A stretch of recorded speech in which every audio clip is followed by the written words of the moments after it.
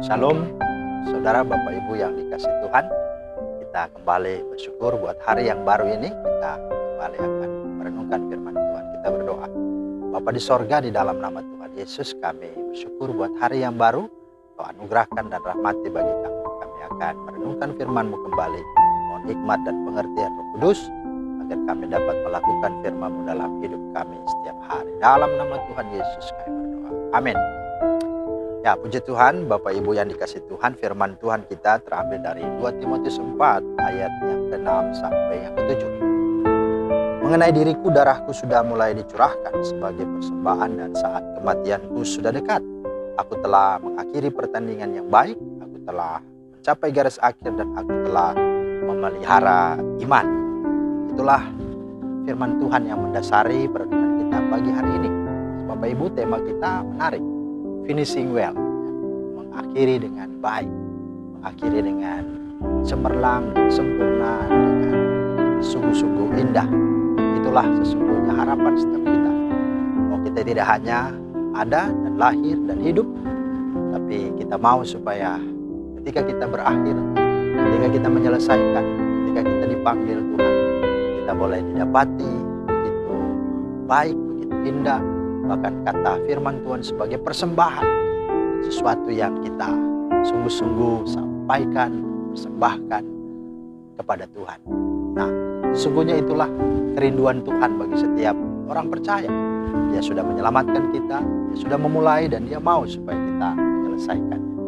Kenapa? Karena dia sendiri sudah memberi teladan untuk kita. Apa yang menjadi rahasia? Yesus bisa menyelesaikan misinya, tugasnya selama dia ada di dunia. Itu yang dia lakukan. Dia lahir, dia hidup, dan dia melayani. Sekalipun dia harus menderita bahkan sampai mati, dia katakan dia sudah selesai. Dan itulah sebuah persembahan atas persembahan yang hidup kepada Bapa, kepada Allah, yang sungguh-sungguh telah memberikan kepercayaannya kepadanya sebagai juru selamat untuk menyelamatkan seisi dunia. Nah, saudara, rahasianya mengapa Yesus, mengapa Paulus, mengapa para rasul bisa sampai selesai mengakhiri hidup ini dengan baik, dengan sempurna, dengan berkualitas. Oleh karena ada satu hal dan prinsip dalam hidup mereka. Itulah mereka membangun kehidupan mereka dengan doa. Dan itulah menjadi rahasia, bahwa doa itu sesungguhnya adalah rahasia kita bisa mencapai segenap kehidupan kita dengan akhir yang baik, dengan sesuatu yang memuliakan Tuhan. Ambil contoh Tuhan Yesus. Hidupnya selalu adalah doa. Markus 1:35 berkata, pagi-pagi benar hari masih gelap, dia pergi keluar dan untuk berdoa di sana. Jadi sebelum dia melakukan sesuatu, dia berdoa di sana. Kemudian kita juga bisa melihat ketika dia memberi makan 5.000 orang. Dia sempat juga pergi meninggalkan seketika itu, dia harus bersendiri, dia harus menyendiri, dia harus memulai hidupnya dengan Tuhan, dengan Bapaknya, untuk sungguh-sungguh memiliki hubungan yang intim. Bahkan dalam Lukas 6 ayat 12 dikatakan semalam-malaman ia berdoa di sana. Jadi kalau mau dibilang apa yang menjadi rahasia Yesus bisa menyelesaikan misinya dari awal sampai selesai, itu karena doa, itu karena hubungan, itu karena kedekatan dia dengan Tuhan. Itulah rahasia. Sehingga dengan berdoa, saudaraku, setidaknya ada 4 hal yang kita bisa alami dan miliki. Yang pertama, kita memiliki sebuah keintiman. Keintiman itu membuat kita tidak bisa lagi memiliki keinginan yang lain.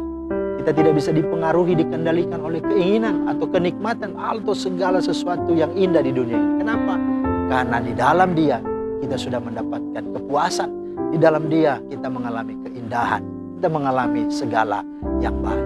Itulah kepuasan, itulah kedamaian, itulah sukacita. Sehingga dunia dengan segala kembangan tidak mampu merebut itu, tidak mampu membayar bahkan merampas itu dari hidup kita. Yang kedua, dengan doa kita akan memiliki kekuatan. Lihat ketika Yesus berdoa di Getsemani, dia begitu serius, dia sungguh-sungguh menyerahkan kepada Tuhan. Dan dikatakan di sana bahwa malaikat Allah datang dan memberi kekuatan kepadanya. Memang doa itu membuat kita bisa kuat menghadapi segala tantangan, pergumulan, bahkan segala kesusahan, kesedihan kita. Sehingga dalam kekuatannya kita mampu melewati. Yang ketiga, doa membuat kita menjadi orang yang dewasa, orang yang bijaksana, orang yang matang. Kalau Kalau kita memperhatikan contoh seperti Paulus di dalam 2 Korintus 12, dia berdoa ketika iblis menggocok dia. 3 kali dia berseru, tapi Tuhan tidak menjawabnya, mengabulkan doanya. Tapi Tuhan berkata, cukuplah kasih karuniaku kepadamu. Apakah Paulus komplain? Apakah Paulus protes? Tidak. Sebagai orang-orang yang datang karib dan akrab dengan Tuhan, dia dewasa dan matang. Dia berkata, justru dalam kelemahanku aku sempurna. Justru dalam kelemahanku kekuatan Tuhan begitu nyata. Karena itu dia bersyukur, dia bermegah di dalam kelemahan. Itulah orang-orang yang dewasa yang matang. Maka ketika ada tantangan pergumulan, ada hal-hal yang bukan bisa saja menyinggung, menyakiti kita, kita sudah menjadi orang yang berdoa sehingga kita bisa dengan tenang meresponi dan menyikapi itu. Karena di dalam hati kita ada kehadiran Tuhan. Ambil contoh seorang anak, dia berucap yang tidak baik kepada kakeknya. Dia maki, dia berkata jorok, dia menghina. Pokoknya dia melakukan perkataan-perkataan yang menyakiti kakeknya. Tapi kakeknya malah tersenyum. Kakeknya kita ketawa. Kemudian si cucu ini berkata, kok kakek itu ketawa-ketawa, kok kakek itu senyum-senyum saja. Padahal saya sudah maki-maki, saya sudah mengucapkan kata-kata yang jahat. Kenapa kakek malah ketawa, malah senyum? Kakek malah itu berkata apa? Ya, selama kata-katamu itu tidak kakek terima, maka ya itu tidak akan menjadi bagian dalam hati kakek. Itu berarti apa? Kata kakek itu tetap masih ada di dalam hatimu, di dalam diri. Nah, saudara, itu pernyataan yang guyon, tapi itulah sesungguhnya yang menjadi benar. Selama perkataan itu kita tidak masukin di hati, selama kita tidak meresponinya, maka seluruh perkataan itu tidak menjadi bagian kita. Dan orang yang bisa mampu menahan segala sesuatu, itulah orang-orang yang berdoa.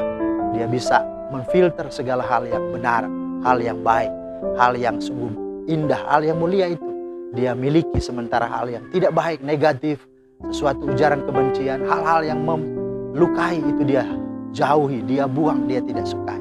Itulah orang-orang yang berdoa, orang yang matang dewasa. Dan yang terakhir, orang-orang yang berdoa, orang yang sungguh-sungguh memiliki kuasa. Saudara, dikatakan bahwa bersama Tuhan, dengan Tuhan tidak ada yang mustahil. Maka orang yang berdoa mampu dipakai Tuhan untuk bisa menyembuhkan. Doa orang benar bila dengan yakin didoakan sangat besar kuasanya. Nah, itu 4 tips bagi kita. Kalau saudara ingin menyelesaikan hidupmu ketika engkau ada di dunia dan engkau akan berakhir dengan baik, sebagaimana Paulus bilang, aku sudah mengakhiri pertandingan iman dengan baik. Aku telah mencapai garis akhir, aku telah memelihara iman. Mari, itu hanya bisa terjadi kalau engkau selalu membangun hubunganmu dengan Tuhan dengan berdoa. Maka hidupmu akan memulai dan juga akan mengakhiri dengan berkemenangan, finishing well. Segala pujian hormat hanya bagi Tuhan. Tuhan memberkati Bapak Ibu dalam menjalani hari ini. Ingat, hidup kita hanya sekali. Mari kita awali dan juga mari kita akhiri dengan memuliakan nama Tuhan. Tuhan Yesus memberkati.